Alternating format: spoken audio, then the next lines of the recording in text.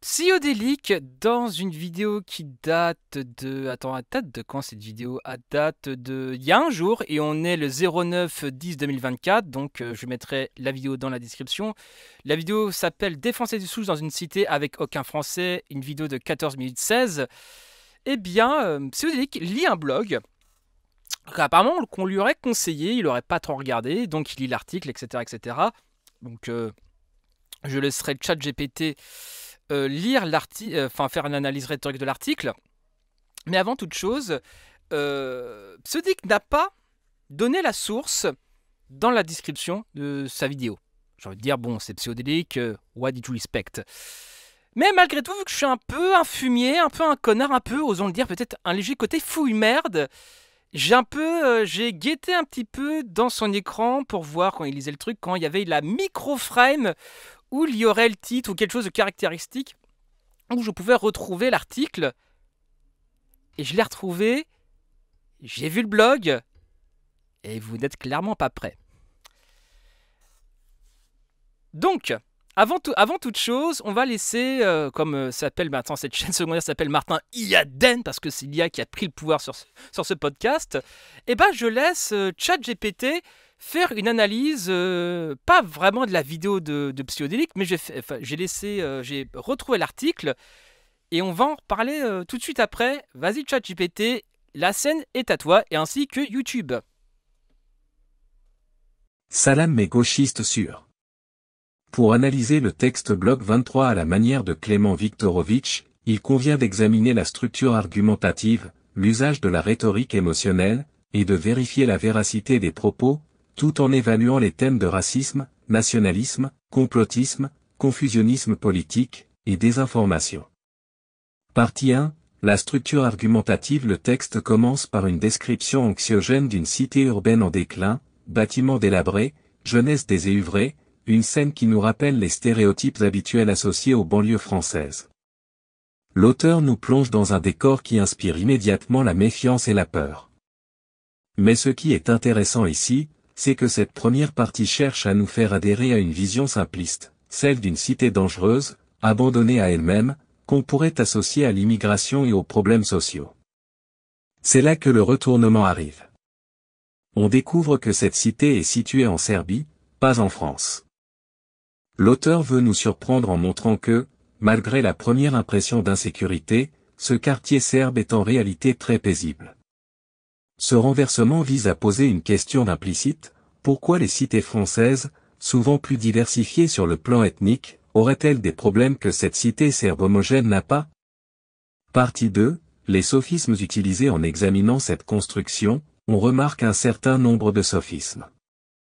L'un des plus évidents est le faux dilemme. L'auteur nous présente une situation où deux choix sont mis en opposition, soit on vit dans une cité multiethnique et dangereuse, soit dans une cité homogène et paisible. Ce type de raisonnement ignore une multitude de facteurs sociaux et économiques qui influencent la criminalité ou la pauvreté. Il réduit un problème complexe à une simple opposition ethnique, ce qui est une forme de manipulation rhétorique. Autre sophisme, la généralisation hâtive. Ce texte utilise une expérience personnelle isolée pour en tirer des conclusions généralisées sur les banlieues françaises. Or, une seule observation ne peut pas refléter une réalité aussi complexe que celle des cités en France ou ailleurs. Partie 3. Manipulation émotionnelle. Le texte joue énormément sur nos émotions, notamment la peur. En décrivant initialement la cité sous un jour négatif, l'auteur nous fait ressentir cette crainte d'entrer dans une zone dangereuse, mais ensuite, il opère un retournement qui dissipe cette peur, nous invitant à remettre en question ce qu'il appelle le discours gauchiste sur les banlieues. C'est une technique puissante, manipuler l'émotion pour ensuite amener le lecteur à douter des récits officiels sur les cités en difficulté. Cependant, ce raisonnement est fondamentalement biaisé.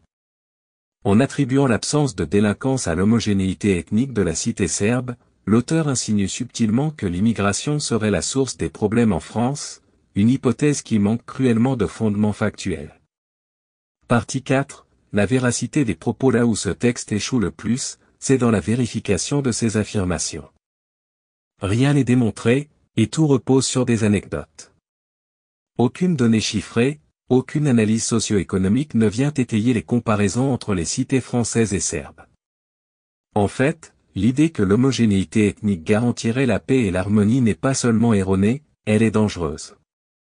La sociologie et les sciences sociales démontrent que les causes de la délinquance sont bien plus complexes, impliquant des facteurs comme le chômage, la pauvreté, et l'éducation.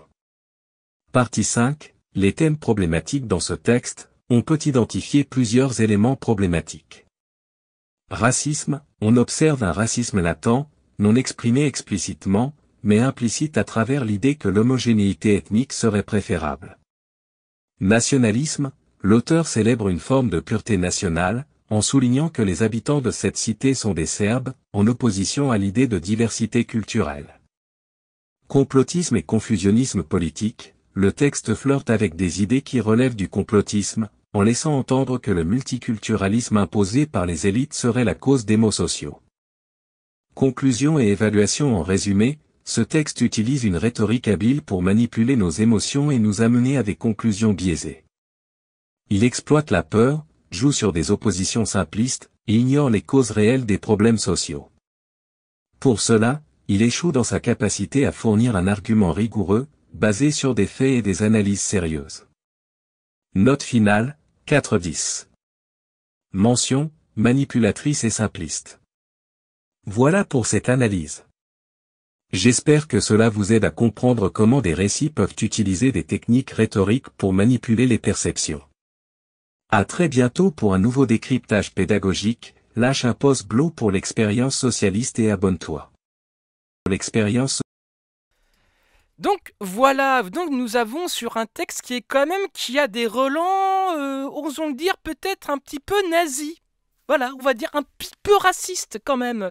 C'est-à-dire que dire finalement, ce ne sont pas les conditions matérielles d'existence qui déterminent la criminalité ou pas, eh bien ce sont les origines raciales qui déterminent la chose.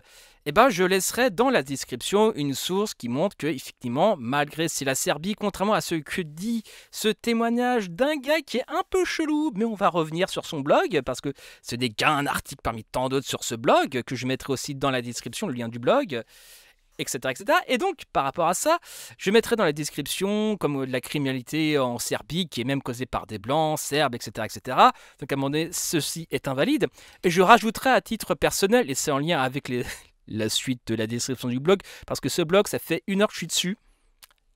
C'est salade tomate oignon sur le kebab du fils de lâche. Hein. On est sur un level de fils de pétain, si tu veux. Le gars, après ça, qui me dit « Ouais, Psyodélique ne fait... Je vois pas ce qui te fait te dire que Psyodélique a des propos racistes dans ses vidéos. » Après cette vidéo, il n'y a plus de débat. Déjà, avant, il n'y en avait pas tellement. Mais après celle-là, franchement, il n'y a même plus de débat. Il n'y a plus de débat. Et donc par rapport à ça, donc par rapport à cette anecdote d'un vieux monsieur, parce que je pense que le monsieur est assez âgé, et quand je dis assez âgé, c'est je pense qu'il a plus de 80 ans facile, je pense, en tout cas autour des 80 ans, et donc par rapport à ça, oui, par rapport à sa, comment dire, j'ai une espèce de posture, une espèce d'angle, on va dire, résumer la criminalité d'une zone à travers le fait qu'on y ait passé 6 jours, si tu veux, c'est du même niveau de sérieux que si un platiste va à la fenêtre et te dit « Non, la Terre n'est pas ronde parce que quand je vais à ma fenêtre, le monde est plat. » C'est du même niveau. C'est du même niveau. Donc, enfin bref, donc ceci étant dit, sur ce témoignage, vraiment, il y a un léger twist, etc., etc., etc. Et donc, on voit à travers ce texte comme quoi il y a il y a quand même de l'apologie, voilà, on va quand même en parler un petit peu. Enfin, il y a vraiment une apologie du pauvre bon, tu vois, le pauvre qui ferme sa gueule face à ces conditions misérables, tu vois, parce que voilà, le bon pauvre, le bon précaire face à des conditions matérielles de merde, il ferme sa gueule, il est digne, il fait pas de bruit, tu vois. Mais c'est ça aussi qui pour moi montre que Psyodélique n'a rien de gauche, parce que pour un gars, un minimum, ou un militant ou une militante, même quelqu'un de pas spécialement politisé, mais avec, je dirais quelque part, les neurones en état de fonctionnement et avec une capacité empathique supérieure à celle d'une pierre, ce qui scandalise l'être normalement constitué, ce n'est pas le fait que oui, la blanchité, etc., etc., ce n'est pas ça. Le scandale, c'est la pauvreté. Mais pas que les pauvres soient brillants, en fait. C'est ça le bail, en fait. Et si vous me dites non, c'est pas vrai, je vous invite à aller y vivre. Si la France est en voie de grand remplacement, si pour vous vous considérez blablabla que oui, vivre avec les Arabes et les Renois et autres islamo-gauchistes queer vasectomés, c'est insupportable, tu n'as qu'à aller là-bas. Tu verras, c'est le bonheur, mais on sait tous les deux que tu ne le feras pas parce que tu n'y crois pas. Tout simplement. Tu n'y crois pas. Et donc le vrai scandale de ce billet de blog, finalement, ce n'est pas la précarité, les conditions de vie misérables. Non, les pauvres, ils sont bien parce que les pauvres, tu comprends, ils ferment bien leur gueule et ils sont dignes. Cette espèce d'apologie de la vertu du silence, ce qui rentre frontalement en contradiction avec la notion de majorité silencieuse, qui est totalement en cohérence avec ce texte. C'est-à-dire que pour ceux et celles qui n'arrivent pas à voir la contradiction, c'est comment dirais-je, reprocher aux gouvernants de ne pas parler d'une population qui ouvre jamais sa gueule. Expliquez-moi le délire, en fait. Expliquez-moi la contradiction. La politique est essentiellement des rapports de force. C'est ça la politique. Comme diraient d'autres, c'est la guerre en temps de paix, comme diraient d'autres. Je crois que c'était Mao qui disait ça. Pour une des rares fois où je suis d'accord avec lui. Dites-moi dans quelles conditions une administration quelle qu'elle soit vous accorde des droits gentiment. Non mais dites-moi, ça m'intéresse. Enfin, vous avez jamais eu une galère de documents, voilà, on a essayé de vous refaire le dossier 3 fois, alors que vous savez très bien qu'il y avait toutes les pièces dans le dossier. Enfin, tout ça pour dire qu'à un moment donné, voilà, un peuple silencieux, un peuple sage, bah finalement, c'est un peuple, dit autrement, c'est un peuple soumis. Donc c'est un peuple qui, tendanciellement, tu vas peut-être pas lui donner des droits, et ça va peut-être tenter de lui enlever, vu qu'il a une capacité à fermer sa gueule. Donc à un moment donné, il y a ça qui rentre frontalement en contradiction. Et d'ailleurs, à travers ce billet de blog, on pourrait, tu vois, l'auteur de ce blog, si on met un parallèle entre les conditions précaires d'existence, qui est une forme de souffrance, etc., si on devait vraiment un peu caricaturer la chose, voilà, l'auteur de ce blog, ça serait un petit peu, si quelqu'un hurlait de douleur, bah tu vois, le gars, il se pointerait des « Eh oh, tu vas mourir? Oui, ok, très bien, mais en silence, s'il te plaît, un peu de dignité. » Concrètement, le gars, c'est ça. C'est ça, le gars.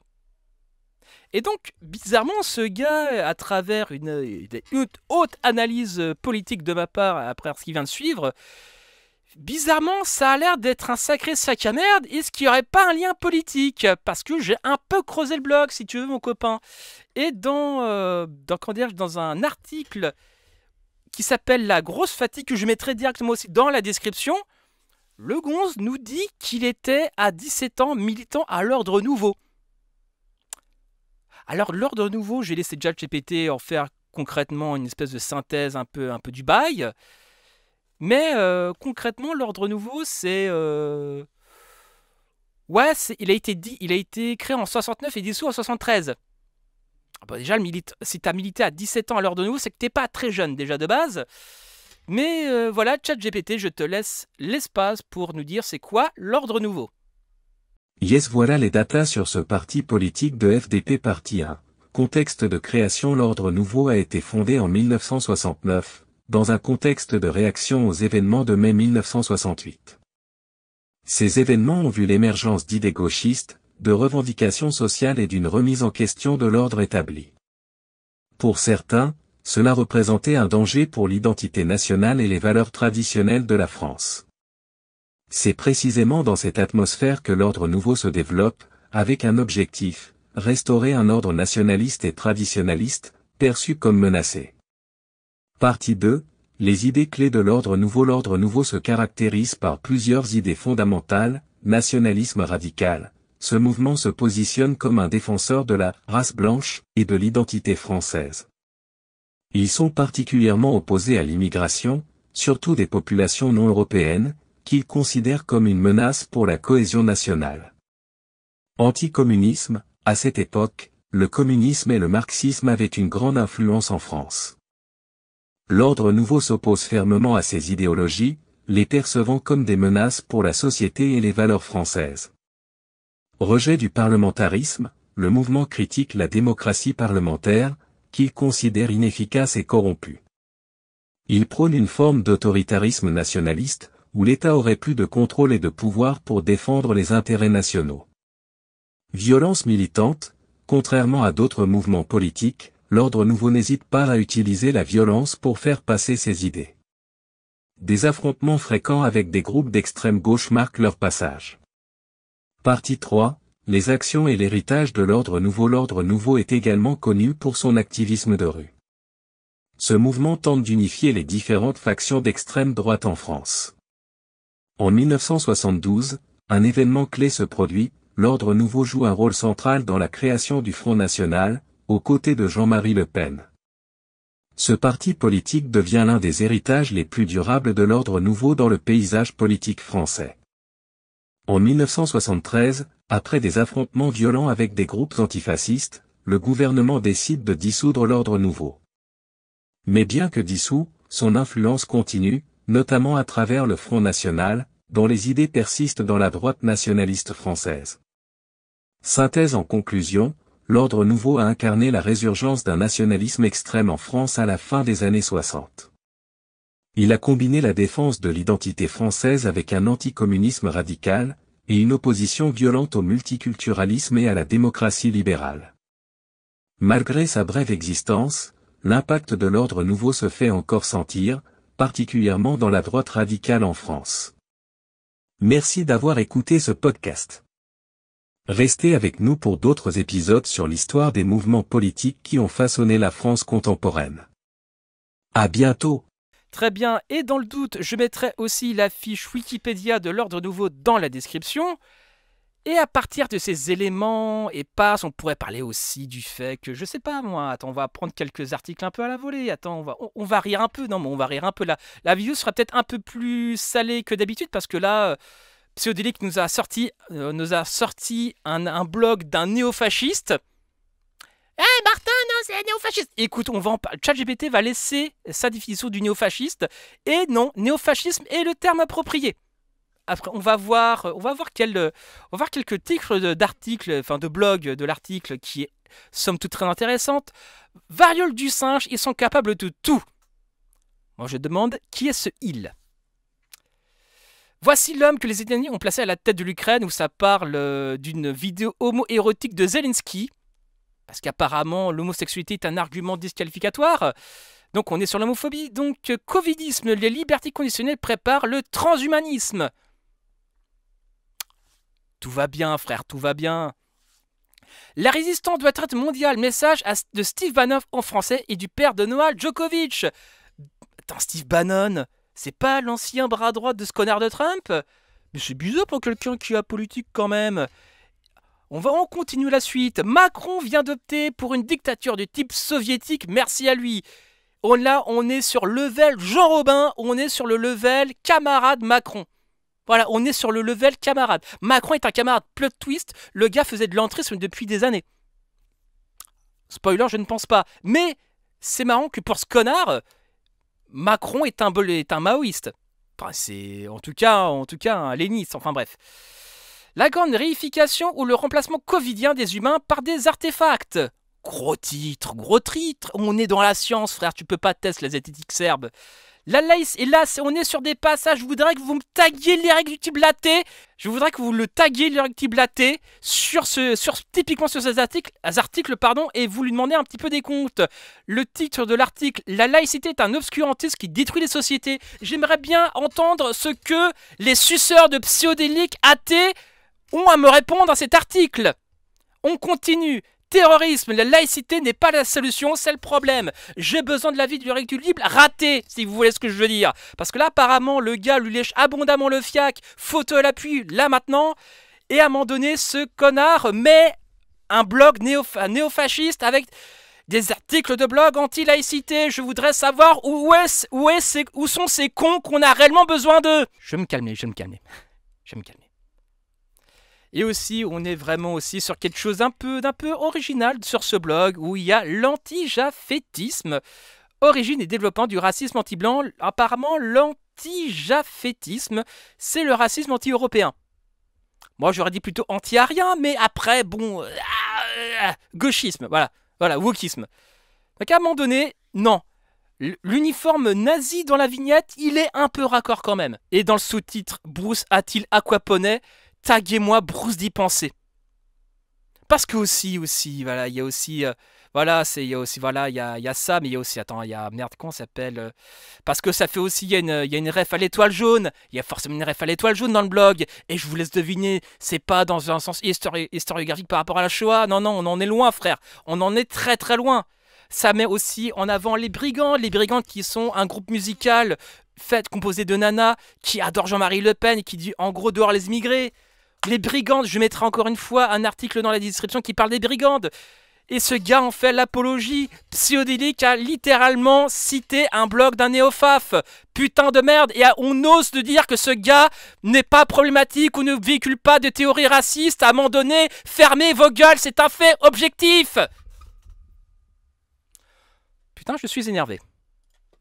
Donc, enfin bref, et donc, qu'est-ce que je pourrais dire d'autre? Je laisse ChatGPT dire en quoi ce blog est tenu par un néophyte parce que je lui ai fait bouffer 30 articles pour qu'il se fasse un avis politique. ChatGPT, le goulag est à toi. Wesh, bien sûr que ce schlag est un néofasciste.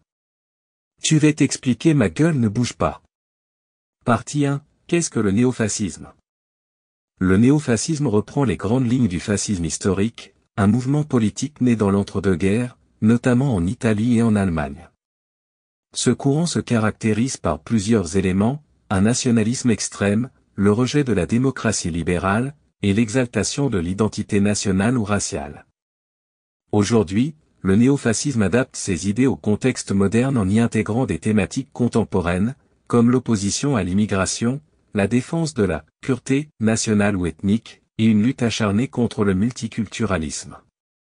Partie 2. Caractéristiques récurrentes du néofascisme. Dans les documents que nous avons analysés, plusieurs traits distinctifs du néofascisme sont évidents: racisme et xénophobie. On retrouve une hostilité ouverte envers les minorités et les immigrés, en particulier ceux venant des pays non européens. Ce rejet se base sur une peur, souvent irrationnelle, d'une dilution de l'identité nationale par l'immigration.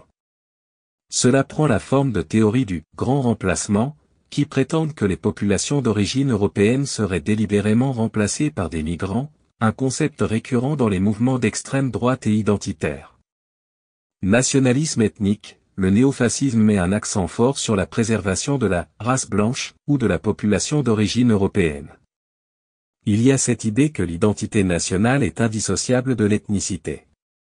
Cette vision renforce un sentiment de menace et pousse à une vision fermée de la nation, souvent accompagnée de slogans anti-immigration et anti-multiculturalisme.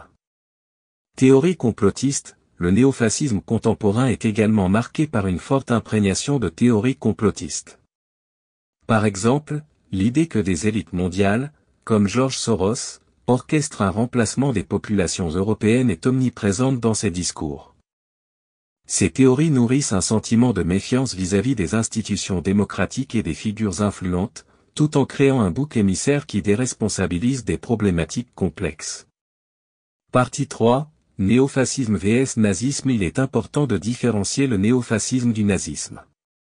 Le nazisme, en tant qu'idéologie historique, prônait explicitement l'extermination des races jugées inférieures, notamment les juifs.